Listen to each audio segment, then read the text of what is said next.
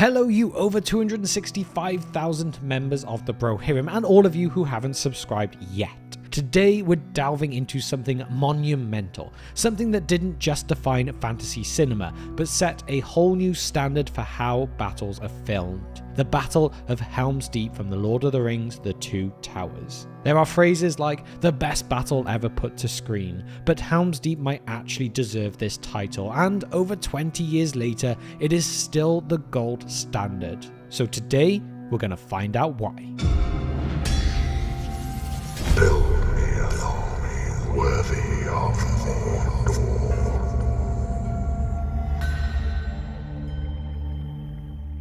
And there's just this sort of feeling that without everyone together, it sort of couldn't be done.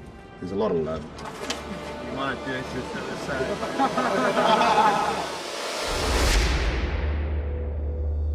Helm's Deep isn't just a battle, it's a narrative in its own right. It's a mini-movie embedded within the movie of The Two Towers. From the first moments of tension as the defenders wait for the approaching Uruk-hai army, to the final breathtaking charge led by Gandalf at dawn, it is, in its own right, a full story arc. But to truly understand why it works so well, you have to go beyond the story and look at how it was brought to life. The immense effort, the creativity, and the sheer filmmaking genius that made Helm's Deep a masterpiece to this very day. Let's start with the most mind-blowing aspect of filming Helm's Deep. 3.5 months of night shoots. Now just think about that for a second. The cast and crew worked exclusively at night for over 3 months. It was cold, it was wet, it was exhausting, and yet that dedication is what made the final product feel so authentic. The extras, the stuntmen, the actors, they were genuinely tired, genuinely cold, and you can see that in every frame of the battle. The fatigue in Theoden's eyes, the mud on Aragorn's face, the way everyone looked absolutely exhausted. It wasn't just acting, it was real. Behind the scenes, the rain machines were on almost constantly. Director Peter Jackson insisted on using real water and real mud to make the environment as immersive as possible, and that kind of commitment is why you can almost feel the chill when you watch the battle. The rain isn't just an effect, it becomes part of the atmosphere, adding to the sense of hopelessness that pervades the first half of the battle.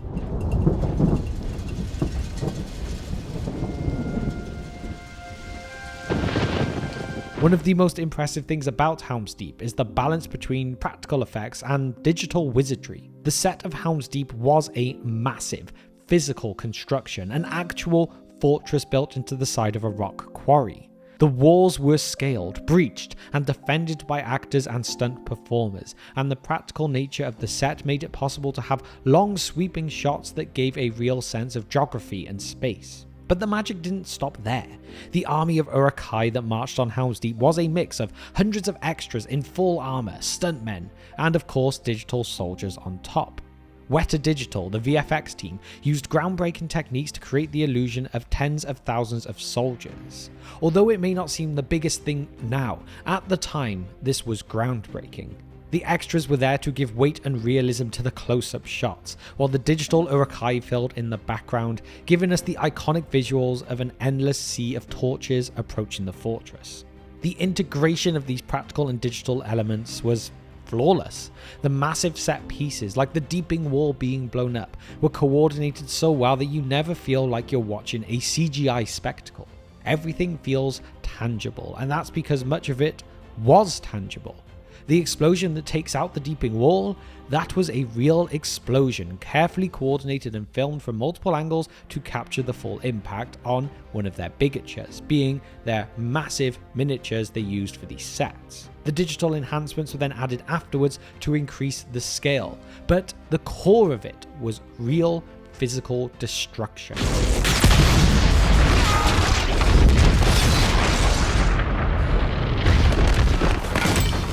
Helm's Deep is not just a masterclass in effects though, it is a masterclass in logistics.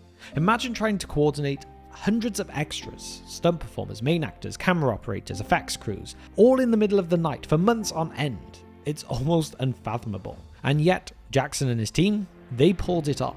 One of the biggest challenges was of course capturing the chaos while keeping everything coherent. Peter Jackson used a combination of handheld and crane-mounted cameras to move fluidly between the intimate and the epic. Close-up shots gave us the brutal, visceral feel of hand-to-hand combat, while crane shots pulled back to show the full scale of the battle. The ladders rising up against the wall, the Uruk-hai storming through the breach, and the defenders falling back. This combination of perspectives allowed us to understand both the micro and the macro, how each individual fight contributed to the overall ebb and flow of the battle. Editing, of course, was also crucial. Jamie Selkirk, the editor, had to piece together hundreds of hours of footage to create a sequence that made sense both emotionally and geographically. The editing is what makes Helm's Deep such a coherent experience. You always know where you are, where the main characters are positioned, and what their immediate challenges are. Aragorn at the gate, Legolas on the wall, Theoden rallying his men. This clarity is what makes Helm's Deep stand out from many other modern battle sequences. Not aiming at any in particular here, where the action often becomes a blur of indistinguishable figures. The constant switching between the wall, the gate, the keep and the caves where civilians are hiding maintains a rhythm that keeps us on edge while ensuring we never get lost. And another key part of Helm's Deep's success was, of course, the cinematography by the late Andrew Leslie. Shooting a night battle is challenging in any context, but Leslie managed to keep everything visible while maintaining a sense of darkness and gloom. He used blue backlighting to simulate moonlight, which not only provided enough light to see what is happening, but also added a cold, eerie tone that matched the mood of the battle. The blue palette contrasts sharply with the warm golden light that comes with Gandalf's arrival. This isn't just a visual cue, it's an emotional one. The entire battle is drenched in cold blues and greys, colours that convey hopelessness, fear, and the sheer physical discomfort of being out in the rain, fighting for your life. When dawn finally breaks and Gandalf appears, that burst of golden light feels like salvation.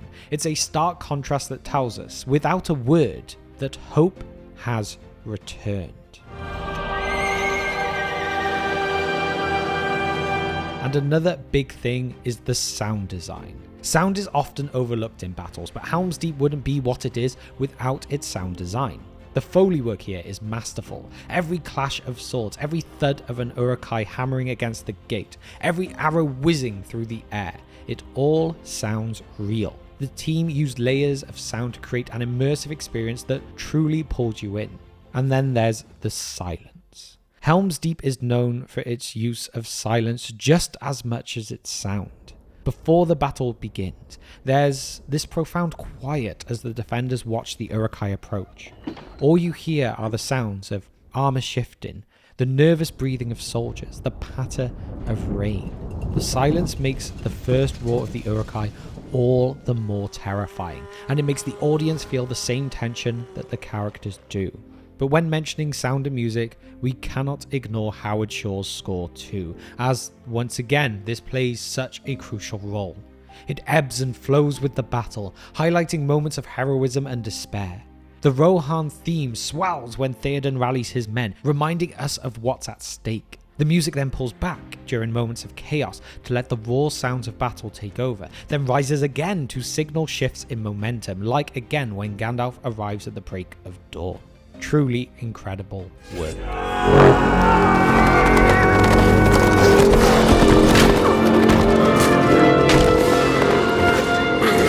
But with this, there's someone else to shout out as well, and that is the stunt performance of Helm's Deep, as these are often the unsung heroes of any film.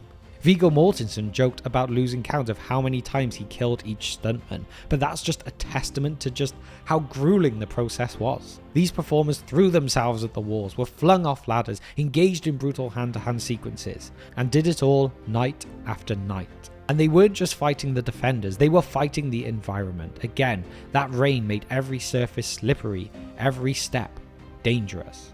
Of course, safety measures would have been taken, but that doesn't mean there was no danger at all. The actors and stunt performers were covered in mud, their costumes weighed down by water, their movements laboured. But that's exactly what makes the battle feel so raw and real. You could see the exhaustion, the weight of every movement, the genuine struggle of staying upright while swinging a sword. There's a great anecdote about the Uruk-hai extras singing to keep their spirits up in between takes, huddling together to stay warm. It was grueling work, and yet there was a camaraderie there that mirrors the themes of the film itself, even if maybe on the wrong side. People coming together in the face of overwhelming odds, relying on each other to get through it. The camaraderie is palpable on screen, and it adds an emotional layer to the battle that makes it resonate even more.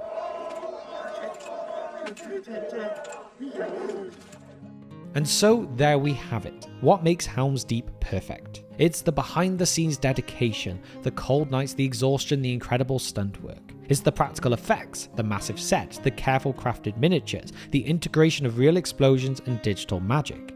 It's the cinematography, the way Andrew Leslie lit the scene to maintain visibility while keeping it feeling dark and hopeless. It's the editing that pieced together months of footage into a coherent emotional roller coaster. And it's the heart of everyone involved. The actors, the extras, the stunt performers, the filmmakers, who put everything they had into making this sequence something truly special. Helm's Deep isn't just a great battle because it looks cool.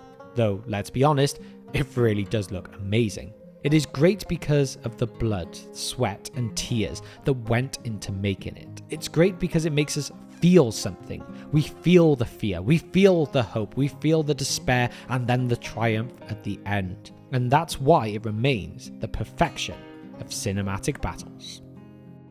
And I would also like to take a moment at the end of this video today to give you a quick update on The Guard, the short film that we are creating. Everything is going amazing. We have just shot block 2, and the rest of it should hopefully be shot soon too. As always, it is all the money from our Patreon that is funding this. In essence, it is a no budget production if you consider the large scale of film, but every pound that you give is a massive help to create an incredible story. I'm putting a couple of shots on screen now and some behind the scenes clips to kind of give you an idea of what's going on. So if you would like to help support it a little bit more to help push us over the line, then please check out our Patreon. Every little bit really helps. And now it is time for my question of the day, which is, what do you think of Helm's Deep as a cinematic spectacle? Are there any other battles that come close to it, or does it truly sit at the top of the pile? Let me know your thoughts and opinions on this in the comment section down below. And now it is time to give a massive thank you to our patrons who continue to support the channel. You are all amazing. And if you have reached the very end of this video with me today and you haven't subscribed to the channel, please consider doing so. It would massively help us out. And why not drop a like on the video as well? And with that, all I can say is, thank you for spending just some of your time with me today, and I will see you next time on The Broken Sword.